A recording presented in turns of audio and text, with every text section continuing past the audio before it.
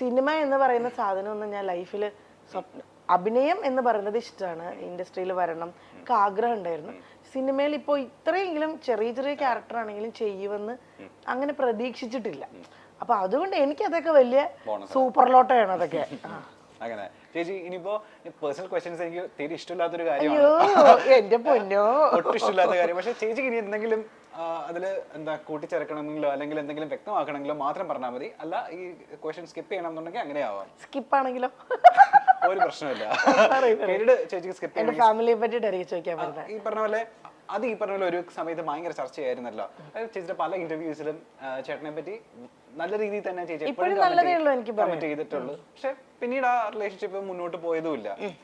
Actually എന്തെങ്കിലും ചേച്ചിക്ക് പറയാനുണ്ടോ?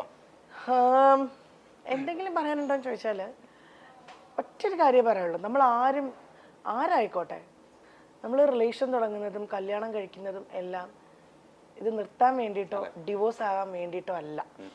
പക്ഷെ സാഹചര്യങ്ങൾ കൊണ്ടോ അല്ലെങ്കിൽ എന്തെങ്കിലും പ്രശ്നങ്ങൾ കൊണ്ടോ നമുക്ക് മുന്നോട്ട് പോകാൻ തീരെ പറ്റുന്നില്ല എന്ന് തോന്നിയാൽ നമ്മൾ അത് പതിയെ വളരെ ഗ്രാജുവലി അല്ല ഒറ്റയടിക്ക് ബായ്, മറ്റേ ഇംഗ്ലീഷുകാരൻ മറ്റേ കോഫി കുടിച്ചിട്ട് ബായ് പറഞ്ഞു പോകുന്നത് പോലെ നമ്മൾ 8 വർഷം ഞാൻ എൻ്റെ ലൈഫിൽ എൻ്റെ കൂടെ ഉണ്ടായിരുന്ന ആളാണ്. എനിക്കത് പെട്ടെന്ന് ഒരിക്കലും നമുക്ക് അതിൽ നിന്ന് വിട്ടുമാറാൻ പറ്റില്ല. ഒരുപാട് സമയമെടുക്കും. അതിനിപ്പം ഞാനിനിയിപ്പം നാളെ ഒരിക്കലും ഞാൻ വേറൊരു റിലേഷനിലാവുകയോ അല്ലെങ്കിൽ നാളെ ഞാൻ വേറൊരു കല്യാണം കഴിക്കുകയോ അല്ലെങ്കിൽ അങ്ങനെയൊക്കെ സംഭവിച്ചെങ്കിൽ കൂടി ഇതൊരിക്കലും നമ്മുടെ ലൈഫിൽ നിന്ന് മറക്കാൻ പറ്റില്ല. കാരണം എൻ്റെ കുഞ്ഞിൻ്റെ അച്ഛനാണത്. ആ അച്ഛൻ എന്നുള്ള സ്ഥാനം ഇനി ഞാൻ എത്ര ഇനിയും തേച്ചും മാച്ചെന്ന് പറഞ്ഞാൽ അത് മാറ്റാൻ പറ്റില്ല. അമ്പാടിയുടെ അച്ഛൻ സ്വാതി എന്ന് പറയുന്ന ആർജയമ്മൻ എന്ന് പറയുന്ന ആള് തന്നെയാണ്. സോ ആ റെസ്പെക്റ്റ് എനിക്ക് എപ്പോഴും ഉണ്ടായിരിക്കും. ഞങ്ങളിപ്പോൾ സെപ്പറേറ്റഡ് ആണ്. എനിക്ക് തോന്നുന്നു ഞാൻ ഇത് വളരെ ഓപ്പൺ ആയിട്ട് പറയുന്ന ഫസ്റ്റ് ഇന്റർവ്യൂ ഇതായിരിക്കും. ഞങ്ങൾ സെപ്പറേറ്റഡ് ആണ്. ഇപ്പോൾ ഒരു 2 വർഷത്തോളമായിട്ട് ഞാൻ കൊച്ചിയിലാണ് താമസിക്കുന്നത്. പക്ഷെ ഞങ്ങൾ തമ്മിൽ മോൻ്റെ കാര്യത്തിൽ എല്ലാം പ്രോപ്പറായിട്ടും കുഞ്ഞിനെ ഇപ്പം പുള്ളി നാട്ടിലുണ്ട്, മോനെ കൊണ്ടുപോകുന്നുണ്ട്, കൊണ്ടുവിടുന്നുണ്ട്, മോനെ കാണാറുണ്ട്. അവൻ്റെ അപ്പൂപ്പൻ്റെ അമ്മൂമ്മയുടെ അടുത്ത് പോയി എൻജോയ് ചെയ്യാറുണ്ട്. അപ്പൂപ്പൻ്റെ അമ്മൂമ്മയെ അവന് ഭയങ്കര ഇഷ്ടമാണ്. കാരണം എനിക്ക് അച്ഛനും അമ്മയില്ല. സോ അവൻ്റെ അപ്പൂപ്പൻ്റെ അമ്മൂമ്മയുടെ സ്നേഹം അറിയണമെങ്കിൽ തീർച്ചയായിട്ടും കണ്ണൻ്റെ അച്ഛനും അമ്മയുള്ളൂ. അതിനൊക്കെ ഇനി ഞാൻ ഇതൊന്നും കാണിച്ചിട്ട് കാര്യമില്ല. അവന് ആ സ്നേഹം കിട്ടണം, അവിടെ തന്നെ പോകണം. നാളെ ഒരിക്കലും വലുതായി വരുമ്പം എന്നോട് ചോദിക്കരുത് എൻ്റെ അപ്പൂപ്പൻ്റെ അമ്മൂമ്മ എനിക്കിടക്ക് പോകാൻ പറ്റിയില്ല അല്ലെങ്കിൽ എനിക്ക് എൻ്റെ അച്ഛൻ്റെ കൂടെ അങ്ങനെയൊന്നും ചോദിക്കാനുള്ള സിറ്റുവേഷൻ ഒരിക്കലും ഉണ്ടാക്കില്ല ഞാൻ. ഇപ്പം ഞാൻ എൻ്റെ മോൻ്റെ കാര്യങ്ങളെല്ലാം നോക്കി വളരെ ഹാപ്പിയായി അവന് വേണ്ടിയിട്ട് മാത്രമായിട്ട് സ്റ്റാൻഡ് ചെയ്ത് ജീവിച്ചുകൊണ്ടിരിക്കുകയാണ്. ഇപ്പോൾ നല്ല ഹാപ്പി ആയിട്ടാണ് ഭഗവാൻ അനുഗ്രഹിച്ച് ഇപ്പോൾ പോകുന്നത്. പിന്നെ എന്താ പറയുക, ഇങ്ങനെയുള്ള ഇപ്പം നമ്മൾ ഒരു സെപ്പറേറ്റഡ് ആയിട്ടുള്ള ഒരു സ്ത്രീ എന്നുള്ള രീതിയിൽ ഇപ്പോഴും സമൂഹം വേറൊരു രീതിയിലാണ് അതിനെ കാണുന്നത്. അതിപ്പം ഞാൻ നേരത്തെ ഒരു കാര്യം പറഞ്ഞില്ല, എൻ്റെ ലൈഫിലെ പ്രശ്നങ്ങൾ അത് എനിക്ക് മാത്രം ഞാൻ എക്സ്പീരിയൻസ് ചെയ്ത കാര്യമായിരിക്കും. അതുപോലെ തന്നെ അദ്ദേഹത്തിനും ഉണ്ടായിരിക്കും. അദ്ദേഹം എക്സ്പീരിയൻസ് ചെയ്ത കാര്യങ്ങളും അല്ല അദ്ദേഹത്തിന് ഉണ്ടായ ബുദ്ധിമുട്ടുകളും അത് രണ്ടും കൂടെ ചേർന്നിട്ടായിരിക്കും. അല്ലാതെ എപ്പോഴും എന്ത് പ്രശ്നങ്ങൾ വന്നാലും ഒരാളുടെ മാത്രം മിസ്റ്റേക്ക് കൊണ്ടല്ല. എനിക്ക് എൻ്റെ ഒരു എക്സ്പീരിയൻസിലാണ് ഞാൻ ഈ പറയുന്നത്. 2 ഭാഗത്തും എന്തെങ്കിലുമൊക്കെ കാരണങ്ങൾ കൊണ്ടായിരിക്കാം ഒരു ബന്ധം വേണ്ടാന്ന് നമ്മൾ വെക്കുന്നത്. ഇപ്പോഴും ഞങ്ങൾ ഡിവോഴ്സ് ആയിട്ടില്ല. ഇനി നാളെ ഒരിക്കൽ ഞങ്ങൾ മുന്നോട്ടേക്ക് മോന് വേണ്ടിയിട്ട് പോകുമെന്നും അറിയില്ല. പൂർണ്ണമായിട്ടും ആ ബന്ധം വേണ്ട എന്ന് നമ്മൾ മറ്റേ കട്ടൻ റൈറ്റ് പോലെ അങ്ങനത്തെ ഒരു തീരുമാനത്തിൽ എത്തിയിട്ടില്ല. പക്ഷെ ഞങ്ങൾ വിളിക്കും, മോൻ്റെ കാര്യം സംസാരിക്കും, വഴക്ക് പിടിക്കാറുണ്ട്.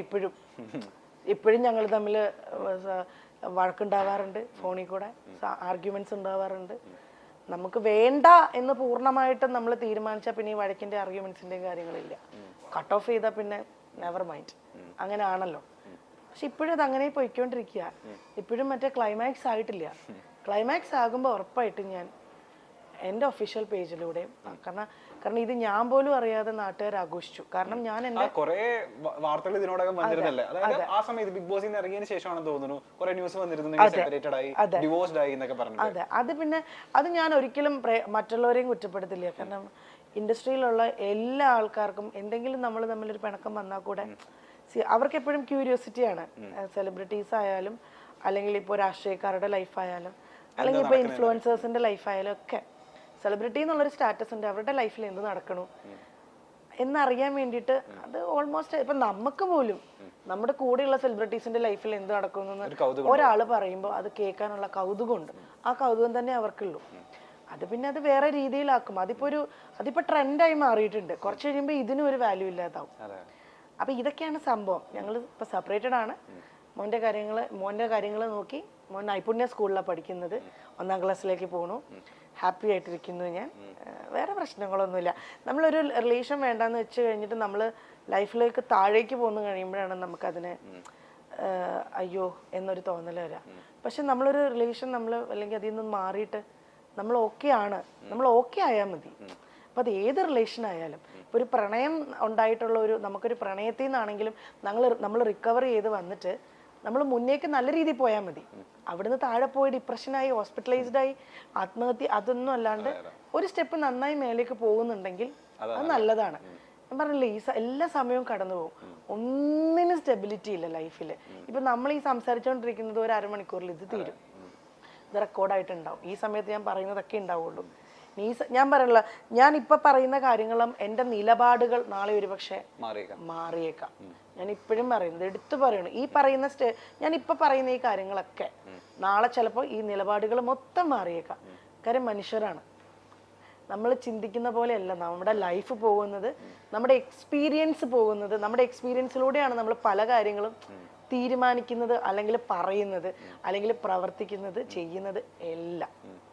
അതുകൊണ്ട് നിലപാടുകൾ മാറ്റം ഉണ്ടാവും. ഇപ്പോഴത്തെ എൻ്റെ നിലപാടിൽ ഞങ്ങൾ രണ്ടുപേരും ഹാപ്പി ആയിട്ട് സെപ്പറേറ്റഡ് ആയിട്ട് ജീവിക്കുന്നു. മോന്റെ കാര്യത്തിൽ രണ്ടുപേരും ഹാപ്പിയാണ്. അവൻ ഹാപ്പിയാണ്. അവൻ്റെ അപ്പൂപ്പൻ്റെ അമ്മ അടുത്ത് പോകുന്നുണ്ട്. അത് ഹസ്ബൻഡിൻ്റെ അമ്മയുടെ വീട്ടിൽ പോകുന്നുണ്ട്. ഹസ്ബൻഡിൻ്റെ കൂടെ വരുമ്പം ട്രിപ്പ് പോകുന്നുണ്ട്. മോനെ അതുപോലെ തന്നെ പോകണം. ഞങ്ങൾ തമ്മിലുള്ള പ്രശ്നങ്ങൾ മാത്രമേ ഉള്ളൂ. അത് മോനെ അഫക്റ്റ് ചെയ്യാൻ ഞാൻ സമ്മതിക്കില്ല. അത് എൻ്റെ തീരുമാനം. എനിക്കറിയാം, ഗംഭീര ആർട്ടിസ്റ്റാ ചേച്ചി. ചെറുപ്പത്തിലെ തൊട്ട് ഡാൻസും കഥകളിയും കൂടിയാട്ടോ എന്തൊക്കെയോ ചെയ്യുമായിരുന്നു അല്ലേ? എന്തൊക്കെയോ ചെയ്യുമായിരുന്നു. ഡാൻസിന് ഫുള്ള് ചേച്ചി ആക്റ്റീവ് ആയിരുന്നു. കലാപ്രതിഭ. ഞാൻ കലാതലായിരുന്നു. ഹസ്ബൻഡ് പുള്ളിക്കാരൻ കലാപ്രതിഭയായിരുന്നു. 5 വർഷം കോട്ടയം ജില്ലയിലെ കലാപ്രതിഭയായിരുന്നു പുള്ളി.